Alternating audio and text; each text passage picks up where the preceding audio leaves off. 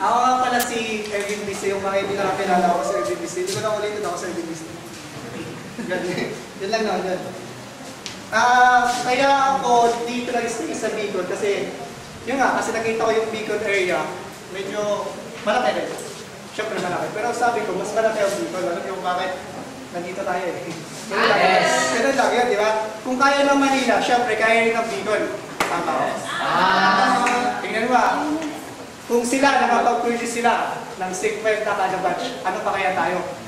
Na ang daming estudyante sa Bicol area, di ba? Kung papansin nyo, di ba? Kung kaya nila mag-create ng mga taong milyonaryo within Manila area, tayo pa kaya? Di ba? Kung titingnan nyo yung structure kasi natin, kung papansin ninyo, lahat kasi tayo, almost lahat ng taga-Bicol area kasi nasa taas.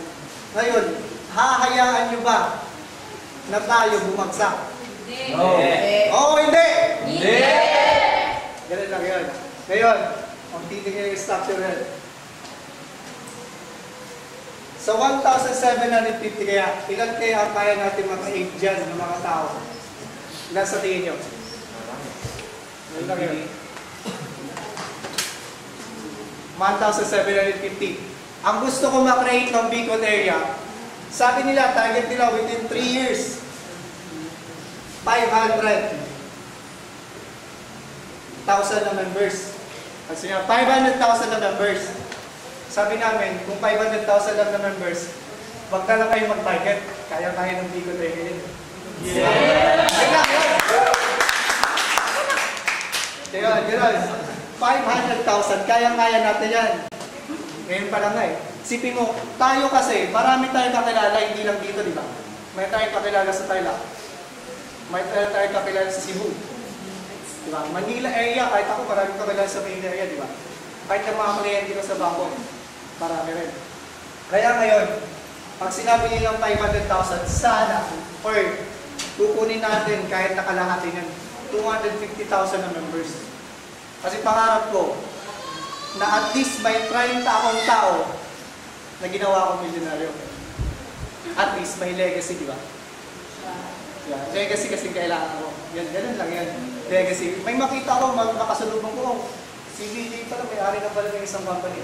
Ganun lang yun. Ganun lang yun. Ganun lang yun. Kumbaga, tayo kasi, sila kasi nag-start rin ng ganito, di ba? Parang ganito lang, nag-start sila mag-gathering ng mga ganito. Pero tingnan mo, isa na sila sa may-ari ng mga kumpanya. Di ba? Maraming mga networking company na nagsimula lang sa wala. Pero tingnan mo. Magbabanggit ako ng isang company. Alam niyo yung Jim's Coffee? Yes. Dati hindi ako naniwala dyan kasi marami ng kape, di ba? Pero after 1 year, nakapagpatayo sila ng sarili nila ng business. Nakapag-advertise. Samantalang tayo, advertisement tayo. Kung papansinin nyo, kahit na may bago mga food supplement dyan, hindi natin kalaban yan.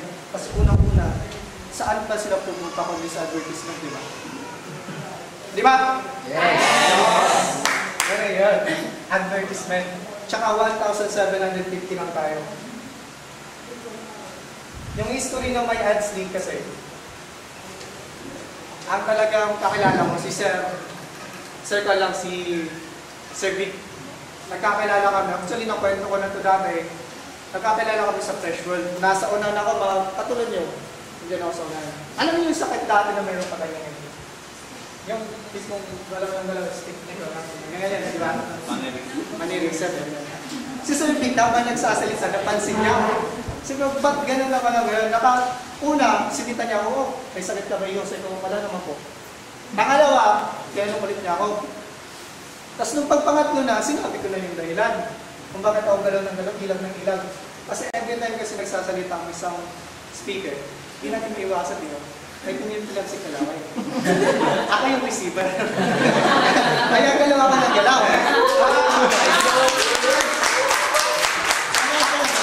Kaya nangyari. Sabi nga natin, positive lang parate. Sabi ko, blessing yan. Kaya, kung kayo dyan, nakapansin nyo, tumitirap si Chloe sa inyo may speaker. Blessing yan. Pasalamat kayo. Ganun lang. Kaya nandito ako sa Kalaway. Ganun lang naman yun. Tsaka kaya age kasi nakapagpatayo ako ng KFC.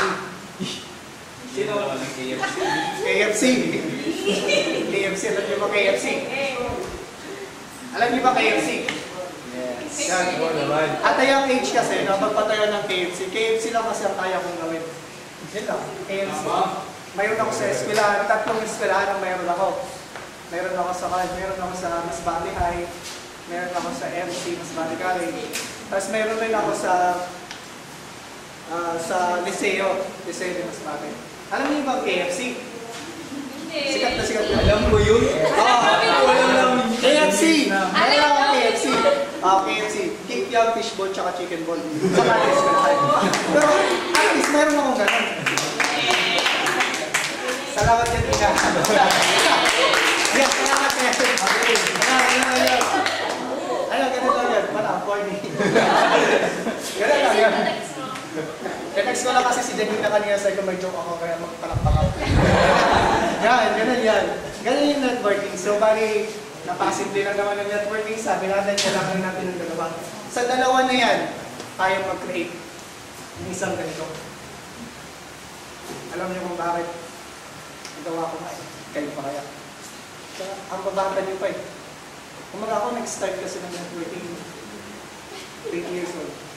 Eh kayo, may mga 19, may mga 18 pa. Ilan ba yung kakilala niyo sa eskwelahan? Marami. Ang dami. Tsaka ang daming mayroong 1,750. Diba? Marami nga din nag-join ang mamahal. 10,000, 50,000, may 54,000 pa nga. Diba sila nag-spend ng mga ganong amount? Samantalang tayo, mayroong 1,750 lang. Ang pinakamaganda nito, sa 1,750 mo, kaya mo magkaroon ng ganito. Diba? Kaya mo rin magkaroon ng ganito. Sino man may gusto niyan? Okay, yan. Ganun. House and lot. Tapos, eto ba? Pagkatapos yan, syempre kailangan natin yung savings. Kailangan kayong makakita ng isang networking company na kayang ibigay ito. Sa may ads lang yun. Kaya pwede mo rin mabigay yun. Drinks mo lang, magsimula ka lang sa drinks mo.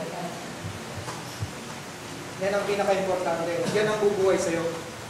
Balik-balik na rin mo man ang mundo, kaya ka nag-aaral, kaya ka nagpapakairam, kaya ka nag-aantay ng board exam, ng mga result. Dahil sa drinks mo. Ganun lang yun. Ganun lang yun. Pero, sino may gusto maging atin? Ako. Atin, atin. Atin.